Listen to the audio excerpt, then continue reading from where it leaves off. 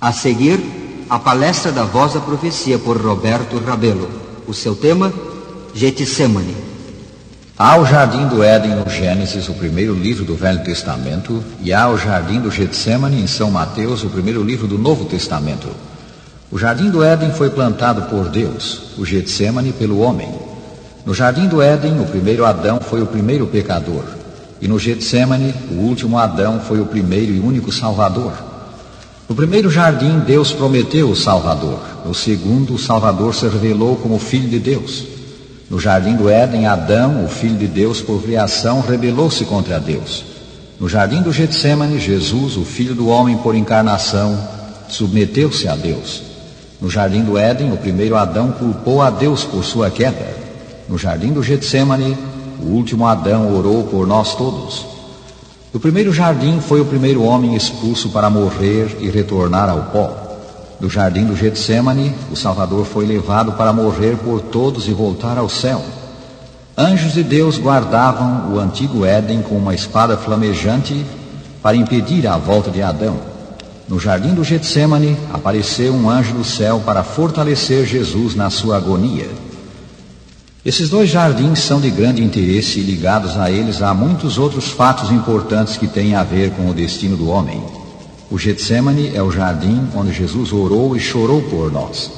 A palavra Getsemane significa lagar de azeite. Esse jardim está situado ao ocidente do Monte das Oliveiras, além do ribeiro de Cedron, perto de Jerusalém e do templo.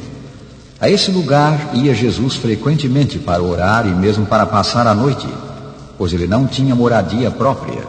Os discípulos conheciam bem o local. Em São João 18, esse lugar é chamado jardim, e em algumas traduções, horto. Hoje, a área do jardim é coberta de oliveiras. Algumas das árvores são muito velhas e são tratadas com todo cuidado. Quem quer que visite o jardim do Getsemane, especialmente à noite, na lua cheia da Páscoa, sente profunda e vividamente a história narrada nos Evangelhos. Em São Mateus 26, lemos da última ceia no cenáculo. Ali Jesus reuniu-se com os discípulos para celebrar a Páscoa e no fim daquela festa lavou os pés aos discípulos e então instituiu o que hoje é conhecido como a Santa Ceia, ou Sagrada Comunhão. Depois de cantar um salmo, Jesus e seus discípulos saíram de Jerusalém e foram em direção ao Monte das Oliveiras. O Salvador disse aos discípulos que em breve todos eles o abandonariam. São Pedro não concordou com a declaração e disse que, embora todos os outros o deixassem, ele jamais o faria. Jesus prometeu enviar o Espírito Santo para abençoar, guiar e ensinar seus discípulos. Admoestou-os a não terem temor, antes crerem em Deus e também nele. Os discípulos tinham a gloriosa e bem-aventurada esperança da volta de Cristo, bem como a promessa da vida futura e de um lar no céu. Chegaram, pois, àquele jardim tão conhecido, onde eles frequentemente haviam orado juntos. O Salvador estava estranhamente silencioso. Não podemos imaginar o terrível conflito que ele enfrentou no horto. A profecia dissera que ele seria contado com os transgressores. E certamente ali o pecado do mundo pesava sobre Jesus, pois ele disse: "Minha alma está profundamente triste até a morte. Ficai aqui e vigiai comigo." Jesus necessitava nessa hora o apoio e auxílio de seus amigos, seus discípulos. Pediu, pois, que vigiassem e orassem com ele. "Permanecei aqui", disse ele. Foi um pouco adiante, levando consigo São Pedro, São Tiago e São João. Então deixou também estes e, adiantando-se um pouco, prostrou-se sobre o seu rosto, orando, dizendo: "Meu Pai, se possível, passe de mim este cálice. Todavia não seja como eu quero, e sim como tu queres."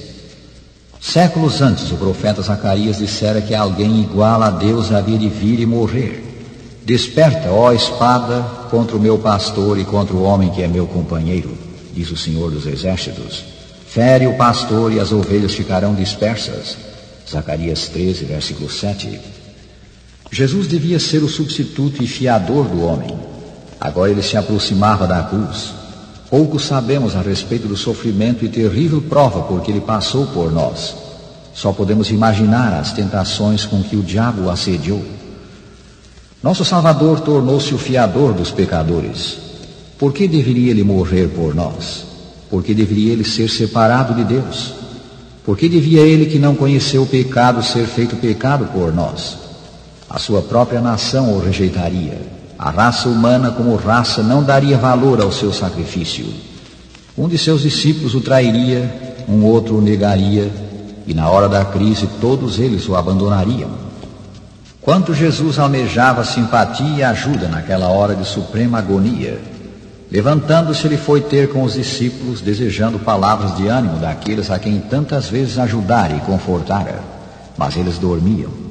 São Pedro, que tinha declarado estar pronto a permanecer ao lado de Cristo até a morte, dormia. São João, o discípulo amado, que se reclinara no Mestre durante a última ceia, dormia. Todos dormiam quando suas orações deviam ter se misturado com a de seu Mestre. São Tiago, São João, que disseram ser capazes de beber do seu cálice, de serem batizados com o seu batismo, dormiam. Podemos, disseram eles, podemos suportar a prova que sobrevirá. Mas quão fracas são as energias, a habilidade, as promessas humanas na hora da crise. Quão pouco conhecemos as nossas fraquezas. Dirigindo-se a São Pedro, Jesus disse: Simão, tu dormes, não pudeste vigiar nem uma hora? Vigiai e orai para que não entreis em tentação. O espírito, na verdade, está pronto, mas a carne é fraca. Jesus compreendeu a fraqueza deles. Ela não lhe despertou ira, mas simpatia. O Salvador pensou nas grandes provas que lhe sobreviriam. Mesmo em sua grande agonia, ele procurou confortá-los. Com passos cambaleantes, Jesus voltou ao lugar de oração. Desta vez o seu sofrimento era ainda maior. Estando em agonia, orava mais intensamente. E aconteceu que o seu suor se tornou como gotas de sangue caindo sobre a terra. Ainda assim orava: Meu Pai, faça-se a tua vontade. Pela segunda vez, Jesus voltou aos discípulos, de novo os encontrou dormindo. Deve ter sido então, ao despertarem os discípulos e olharem para ele, que começou a cumprir-se a profecia, como pasmaram muitos à vista dele, pois o seu aspecto estava muito desfigurado, mais do que de outro qualquer, e a sua aparência mais do que a dos outros filhos dos homens.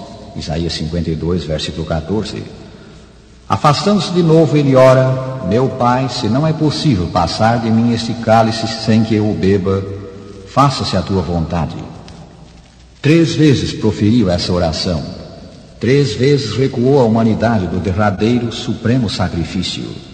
Surge, porém, então a história da raça humana diante do Redentor do mundo. Vê que os transgressores da lei, se deixados a si mesmo, têm de perecer. Vê o desamparo do homem. Vê o poder do pecado. As misérias e os ais do mundo condenado erguem-se ante ele. Contempla-lhes a sorte iminente e decide-se. Salvará o homem, custe o que custar de sua parte. Aceita o seu batismo de sangue, para que por meio dele milhões de almas a perecer obtenham a vida eterna. Deixou as cortes celestiais, onde tudo é pureza, felicidade e glória, para salvar a única ovelha perdida, o único mundo caído pela transgressão, e não se desviará de sua missão, tornar-se-á a propiciação de uma raça que quis pecar. Não é difícil imaginar como o universo inteiro esperava com ansiedade a resposta para a tríplice oração de Jesus. Não se achou meio de escape para o Filho de Deus. Ele não podia salvar-se a si mesmo e salvar também a nós. O misterioso cálice parecia tremer em sua mão. Os céus se abriram e um santo anjo foi enviado a Jesus, não para ele tirar o cálice da mão, mas para o animar a sorvê-lo. E o Salvador o sorveu totalmente. Assumiu a nossa culpa, os nossos pecados, então caminhou para a cruz, provando a morte por nós.